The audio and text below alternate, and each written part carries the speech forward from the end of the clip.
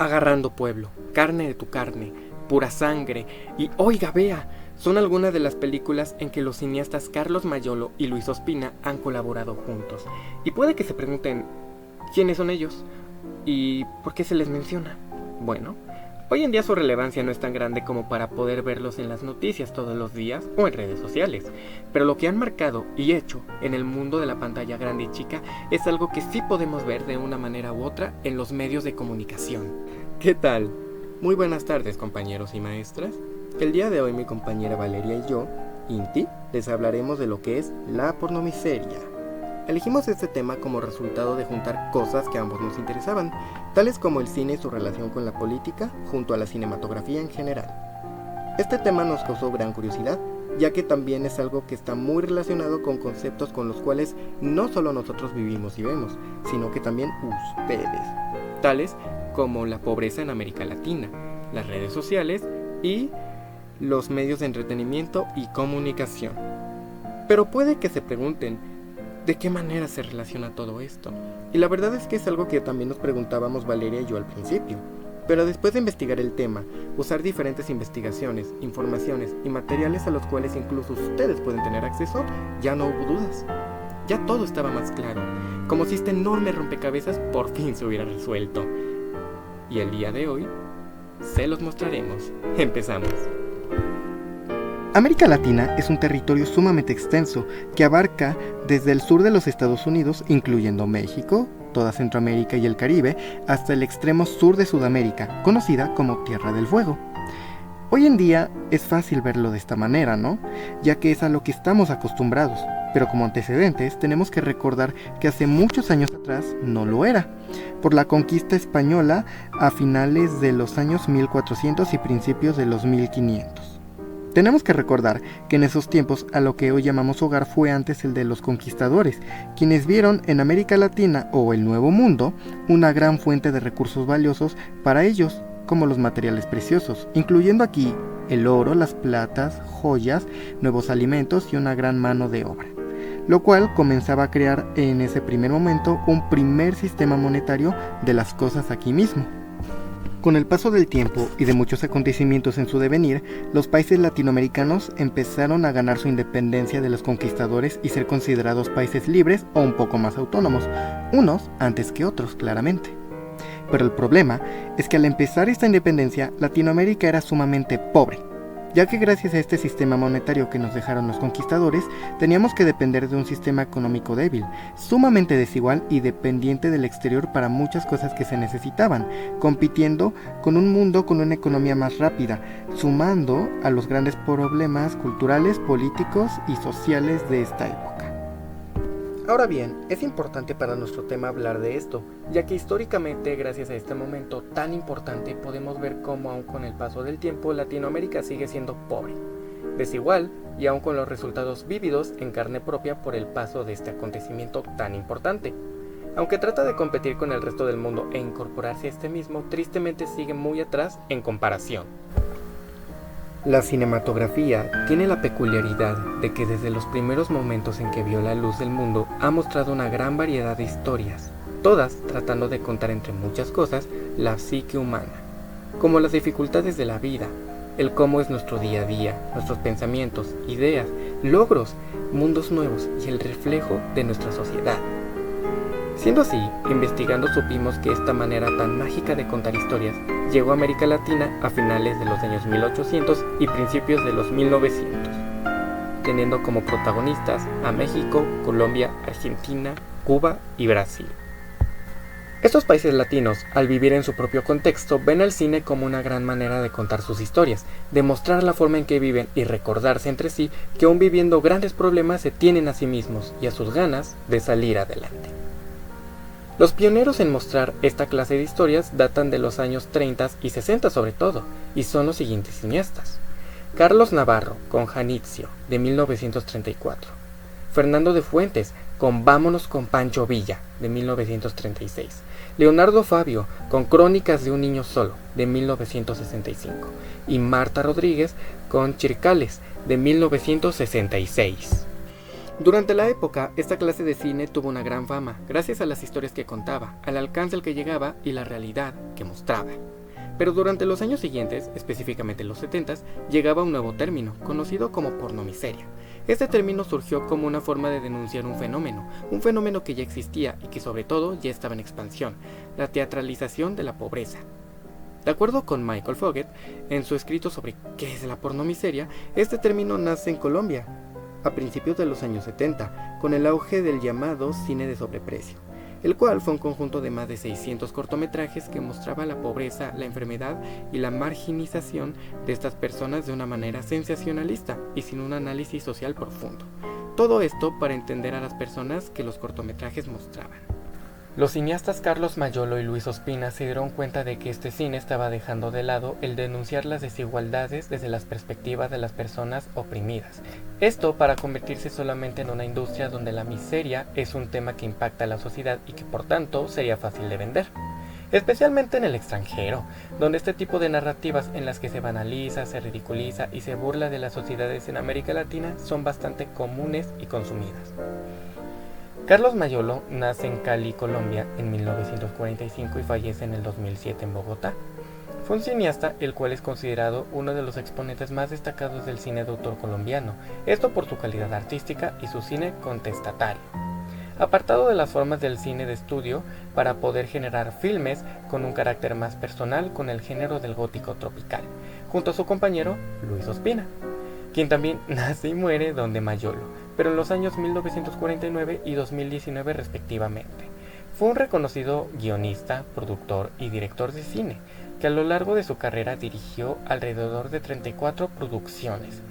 Fue codirector del Cineclub de Cali de 1972 al 77, profesor de cine en la Universidad del Valle de 1979 al 80 y quien también utilizaba el cine de autor y de crítica social como clave para hacer sus proyectos junto a su compañero Mayolo. Ambos encuentran a la pornomiseria como un fenómeno que de poco en poco empieza a ser más común en los medios de entretenimiento, ya que también se ven en series y se nota que el impacto que tiene en la sociedad se puede ver desde varios puntos. Uno de ellos es que el exceso de imágenes de pobreza genera lo contrario a una conciencia crítica, crea una indiferencia que proviene de una saturación y fetichización de estas imágenes. Cuando la pobreza se vuelve entretenimiento, los espectadores dejan de verla como una injusticia y empiezan a verla como algo cotidiano, normal, algo por lo que no hay que hacer nada al respecto. En lugar de mostrar vidas complejas, las películas suelen exhibir la miseria como una identidad total. La persona deja de ser sujeto y se convierte solo en una categoría visual. Esto coincide con la forma en la que el cine y la televisión contribuyen a la formación de conciencias y a la construcción de estereotipos que guían la percepción de los distintos grupos sociales. Uno de los puntos más importantes que encontramos dentro de estas películas es la forma en la que son grabadas, ya que el lenguaje cinematográfico que usan ejerce poder. Los planos fotográficos son importantes en esta relación de dominio, de forma más clara con el plano cenital o picado, en el que la cámara se coloca por encima de la persona representada. El espectador en esta posición se siente en una postura dominante frente a quien está representado. Esto le otorga cierto control y le hace ver al sujeto desde una perspectiva de superioridad. Es así como el manejo de la cámara decide qué mostrar y cómo mostrarlo. La pornomiseria no solo la encontramos en estos medios de entretenimiento, sino que también las hallamos en las redes sociales. ¿Por qué en las redes sociales? Bueno, en esta época moderna es común darnos cuenta de que ya vivimos totalmente rodeados de tecnología. Al despertar, lo primero que vemos es nuestro celular o reloj inteligente y al ir a trabajar o estudiar usamos computadoras y tablets. Pero sobre todo, también al querer comunicarnos usamos estos dispositivos. Al nosotros ser seres sociales, necesitamos estar conectados entre nosotros y para poder hacerlo usamos las mejores herramientas tales como las redes como WhatsApp, Instagram, Facebook, etc., ya que estas redes sirven para facilitar la interacción, comunicación y conexión entre individuos, grupos y organizaciones. Pero tenemos que entender que desde el momento en el que el contenido que cada usuario sube se puede monetizar de cierta manera, muchos influencers famosos lo han aprovechado para subir contenido basado en la pornomiseria. De ahí podemos entender por qué en la actualidad la pornomiseria vive tan comúnmente y de forma tan fuerte y natural en las redes sociales sin que nos demos cuenta. Al principio, en estos casos, el influencer sube contenido de manera diversa para poder disfrazar esta pornomiseria por otro tipo de contenido. Y al lograr su cometido de subir este contenido y obtener muchas reproducciones, logra beneficiarse con ganancias económicas, patrocinios de marcas, etc. Uno de los ejemplos más famosos es James Steven Donaldson, mejor conocido como MrBeast. Es un youtuber, celebridad de internet y empresario estadounidense, el cual es conocido a nivel mundial por realizar videos centrados en gente que hace retos a cambio de altas sumas de dinero. En muchos de sus videos se ve como esta gente que participa llega en un momento de necesidad y que está dispuesta a cumplir con cualquier reto o humillación para ganar. La temática del video trata de disfrazar esta pornomiseria con retos variados, la ilusión de un momento divertido para todos los involucrados y una estética, en muchos casos infantil, con jóvenes creando los retos, algo a lo que cualquiera estaría dispuesto sin importar la razón o el contexto del por qué está ahí. Para cumplir con los retos y en muchos casos también los participantes terminan perdiendo. Eso hace que al llenarse de más ganas de ganar vuelven a intentarlo tiempo después. En algunos casos sí ganan esas sumas de dinero, pero no todos los participantes lo logran. Solo algunos y en la mayoría de casos los participantes no se vuelven a ver, indicando que su participación fue indirectamente con el objetivo de la pornomiseria, pero disfrazada de retos divertidos. Existen más ejemplos de pornomiseria en redes sociales, pero esta misma se ha expandido rápidamente ya que los usuarios que gozan de más popularidad o fama han logrado la forma de volverse celebridades de internet, gozar de una mejor posición social y monetizar este contenido para su propio beneficio. Originalmente las redes sociales solo eran una nueva forma de conectar, interactuar y comunicarse, pero con el paso del tiempo, al ya incorporarse a nuestra vida, se vuelve una forma de trabajo y por ende de vivir. Es por eso que también actualmente es común que las nuevas generaciones les prestan tanta atención a estas redes e inclusive quieren dedicarse a esto. Este es un fenómeno que se ha vuelto común en los jóvenes, dado que las redes sociales les ofrecen una vida más sencilla y variada en las cosas que pueden hacer, además de querer ser conocidos por más personas. Dentro de los medios del entretenimiento y comunicación podemos hallar cómo inician con un propósito muy diferente al que se le ha dado en la actualidad, y cómo estos mismos terminan sesgados por el tipo de contenido tan fácil de explotar y de sacarle provecho de múltiples formas. Pero no solo eso, sino que tanto las grandes empresas del cine como televisión han aprendido cómo usar a las redes sociales para esta clase de contenido y sus beneficios. Al final, estos beneficios que sacan son por los usuarios que ven sus contenidos y que no son pocos. Y las preguntas finales que quedan son, si esa pornomiseria tanto nos afecta, ¿por qué se sigue consumiendo en esta parte del mundo? ¿Se puede erradicar? ¿Qué podemos hacer?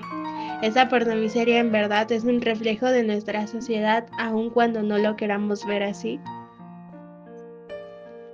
La pornomiseria ha dejado una huella profunda y persistente en la sociedad latinoamericana.